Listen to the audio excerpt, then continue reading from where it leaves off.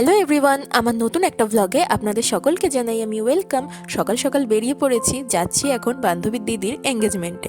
তো তার আগে আমাকে বললো একটু ফুলের মালা নিয়ে নিতে, সেই জন্যই ফুলের দোকানে আসলাম। মালা নিয়ে গাড়িতে উঠে পড়েছি।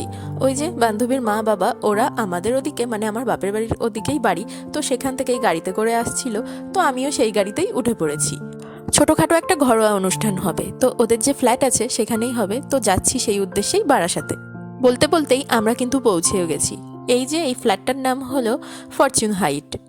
চলুন এবার ভেতর দিকে যাই। আর ওই যে আমাদেরকে রিসিভ করতে এসেছেন ছেলের বাবা। অনেকটা সকাল সকাল এসেছি জন্য আমরা কেউই খেয়ে আসিনি, এখানে এসেই সকালের ব্রেকফাস্টটা আমরা সেরে নিচ্ছি প্রথমেই। এবার আমরা যাচ্ছি গেস্ট রুমের দিকে, সেখানেই আমার বান্ধবী তার দিদিকে সাজাতে বসেছে। তো ওখানে গিয়েই আমিও রেডি হয়ে নেব। আর দেখি ওরা কতদূর কি শেষ করলো। আর একটু সকাল সকাল এসেছি এই কারণেই যে তাহলে কিন্তু আমি আমার বান্ধবীকেও একটু হাতে হাতে হেল্প করে দিতে পারবো। এই তো, এই যে যাকে দেখতে পাচ্ছেন এনারই আজকে এঙ্গেজমেন্ট। তো আমার বান্ধবী এখন তাকে রেডি করে দিচ্ছে, আর আমি একটু ওই আইশ্যাডো প্যালেট ট্যালেট ধরে দিয়ে হেল্প করে দিচ্ছি। কিন্তু এই গেস্ট রুমটায় প্রচণ্ড আলোর সমস্যা হয়ে যাচ্ছে, তো সেই কারণে বোঝাই যাচ্ছে না যে কি না কি আইশ্যাডো লাগিয়ে দেওয়া হচ্ছে। তো আমি সেটাও একটু দেখে দেখে দিচ্ছি যাতে ঠিকঠাকভাবে হয়। আর আলোর কারণে না সাজাতেও বেশ দেরি হয়ে যাচ্ছে। তো ওই জন্য একজন হেয়ার আর্টিস্টকে ডাকা হয়েছিল, উনি পেছনে চুলটা বাঁধা শুরু করে দিয়েছেন। আর এদিকে খাটের অবস্থাটা দেখুন, সব কিছু ছড়িয়ে ছিটিয়ে একেবারে লন্ডভন্ড অবস্থা হয়ে আছে। অবশ্য মেয়েদের সাজগোজের ব্যাপার এরকম তো হয়ই। দিদিও এদিকে প্রায়ই রেডি, শুধু একটু লিপস্টিক পরিয়ে দিলেই হয়ে যাবে, তারপর আমরাও রেডি হয়ে বেরিয়ে পড়ব। নিন, অবশেষে আমিও রেডি হয়ে গেলাম। অনেকটা লেট হয়ে গেছে জানেন তো। আর এদিকে কানের পাশে ফুল গুজে কানের দুলটাকে কিছুতেই সোজা রাখতে পারছি না, সেটা বারবার বেঁকে যাচ্ছে। এতটাই লেট করে ফেলেছি যে এদিকে এঙ্গেজমেন্ট শুরুও হয়ে গেছে, আর কিছু কিছু মানুষ তো তাদেরকে অলরেডি আশীর্বাদ করেও ফেলেছে। যাকগে, কি আর করা যাবে, চলুন বাকিটাই এনজয় করি আমরা।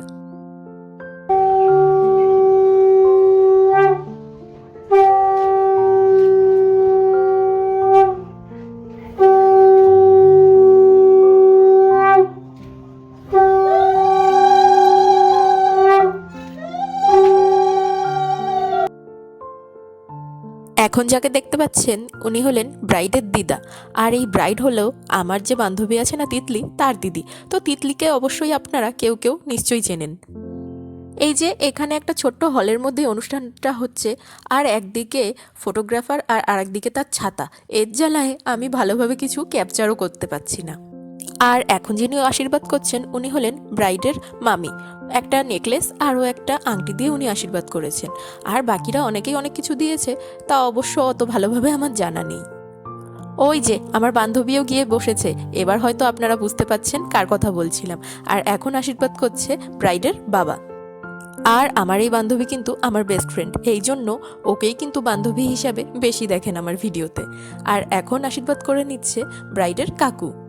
আমার এই বান্ধবীর সাথে আমার পরিচয় ক্লাস 5 থেকে, আর বন্ধুত্ব গাঢ় হয়েছে ক্লাস 8 থেকে। তো তখন থেকেই ও আমার বেস্ট ফ্রেন্ড, সেই জন্য আমাদের দু ফ্যামিলিরই যে কোনো রকম অনুষ্ঠানে আমাদের সব সময়ই আপনারা দেখতে পাবেন। আর এই দিদিটা এত কিউট না, আমাকে আর আমার বান্ধবীর থেকে দিদিকে বেশি ছোট মনে হয়, আর সেটা নিয়ে সবাই আমাদেরকে খ্যাপায়ও জানেন তো। আর এখন আশীর্বাদ করতে এসে গেছে বান্ধবীর মা। আর এই আন্টিও কিন্তু বেশ হাসি খুশি খোশ মেজাজি মানুষ। আর এই আন্টি কিন্তু কেক বানায়। তো আমি এই আন্টির একটা নাম্বার নিচে অবশ্যই দিয়ে দেব, আপনারা চাইলেই কিন্তু ওনার সঙ্গে যোগাযোগ করে সুন্দর সুন্দর কেক অর্ডার করতে পারেন। আর উনি যে সুন্দর কেক বানায় তার প্রমাণ একটু পরে আপনারা পেয়ে যাবেন। এবার এই যে একসাথে যাদেরকে দেখতে পাচ্ছেন এরাই হলো ছেলের মা এবং বাবা। ওনারা দুজন এখন আশীর্বাদ করে নেবেন। আগেও নাকি ওনারা আশীর্বাদ করেছেন, তখনও আমরা আসতে পারিনি জন্য দ্বিতীয়বারের মতো আবারও আশীর্বাদ পর্ব চলছে। আর যে কোনো রকমের আশীর্বাদে এত পরিমাণে মিষ্টি খাওয়ানো হয়, আমার মনে হয় তারপর তো তাদের খাওয়ার মতো মুখে রুচিই আর থাকে না। আর এখানে দিদি জামাইবাবুর এঙ্গেজমেন্ট পর্ব চলছে, আর ওদিকে আমার বান্ধবীকে সবাই মিলে ধরেছে ভালো মতো, তাকে নিয়েই এখন সবাই খেপাচ্ছে। ওইদিকে থাকে যে সম্পর্ক দিয়ে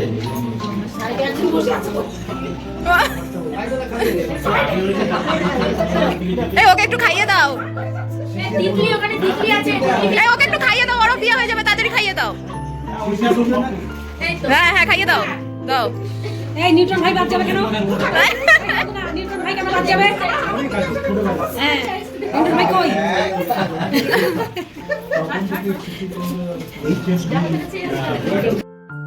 আর ব্রাইড এখন গ্রুমকে একটা ব্রেসলেট পরিয়ে দিচ্ছে, যদিও আমার নজর চলে যাচ্ছে সামনের বাটিটার দিকে।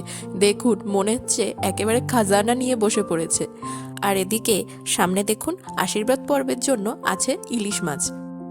আর আপনাদেরকে আমি বলেছিলাম না যে সুন্দর কেক বানায় তার প্রমাণ দেব, এই দেখুন তার প্রমাণ। কেকটা কত সুন্দর হয়েছে না বলুন। আর পিছনে যে ডেকোরেশন সেগুলোও কিন্তু বান্ধবীর দিদি নিজে হাতেই করেছে। বেশ সবাই আর্টিস্টিক মানুষ কিন্তু এখানে। আর ওই রিং রাখার স্ট্যান্ডটাও দিদি নিজেই তৈরি করেছে।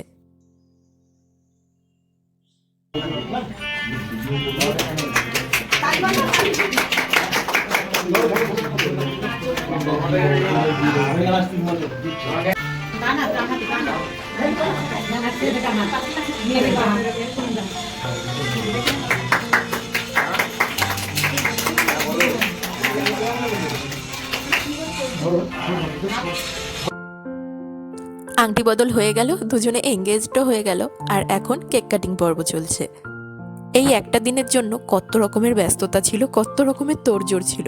তো সেই দিনটা চলেও আসলো, আর ফাইনালি সেই এঙ্গেজমেন্টটা হয়েও গেল।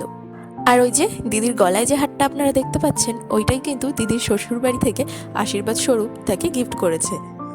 আর এখন কিছু ফ্যামিলি ফটোজও নিয়ে নেওয়া হচ্ছে। আমিও কিন্তু 2-3টে ছবি তুলেছি, কিন্তু আমার ভিডিও কে করে দেবে বলুন, সেই জন্য আমাকে কোনো ভিডিওতেই আপনারা দেখতে পাবেন না। আর এখন আমরা নিচে চলে এসেছি। এখন ব্রাইডাল গ্রুমের কিছু ছবি তোলা হবে। দিদি একটু টাচ আপের জন্য গেছে, সেই জন্য এখানে গ্রুমের কিছু ছবি তোলা হচ্ছে। আর এই দেখুন আমাকেও কি আপনারা দেখতে পাচ্ছেন ভিডিওর মধ্যে? আমিও একটু পোস্ট দিয়ে নিজের ভিডিও নিজেই করে নিয়েছি।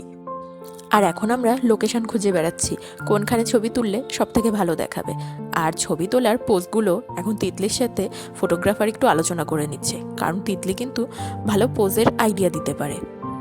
আর আমার বান্ধবীকে দেখতে পাচ্ছেন, দুটো বড় বড় গোলাপ ফুল লাগিয়ে একদম কিন্তু 90s হিরোইন মনে হচ্ছে। আর তার লেহেঙ্গার কালার কম্বিনেশনটাও সেই সময়কার মতোই সাদা কালো, যদিও এই সাজটার সাথে শাড়ি হলে কিন্তু আরও বেশি মানাতো, আমার পার্সোনাল মতামত এটা। আর আমিও আজকে লেহেঙ্গা পরেছি, কারণ ওরা দুজন পরেছে তো ভাবলাম আমিও পরি, কারণ সেভাবে তো আর লেহেঙ্গা পরা হয় না আমার এখন।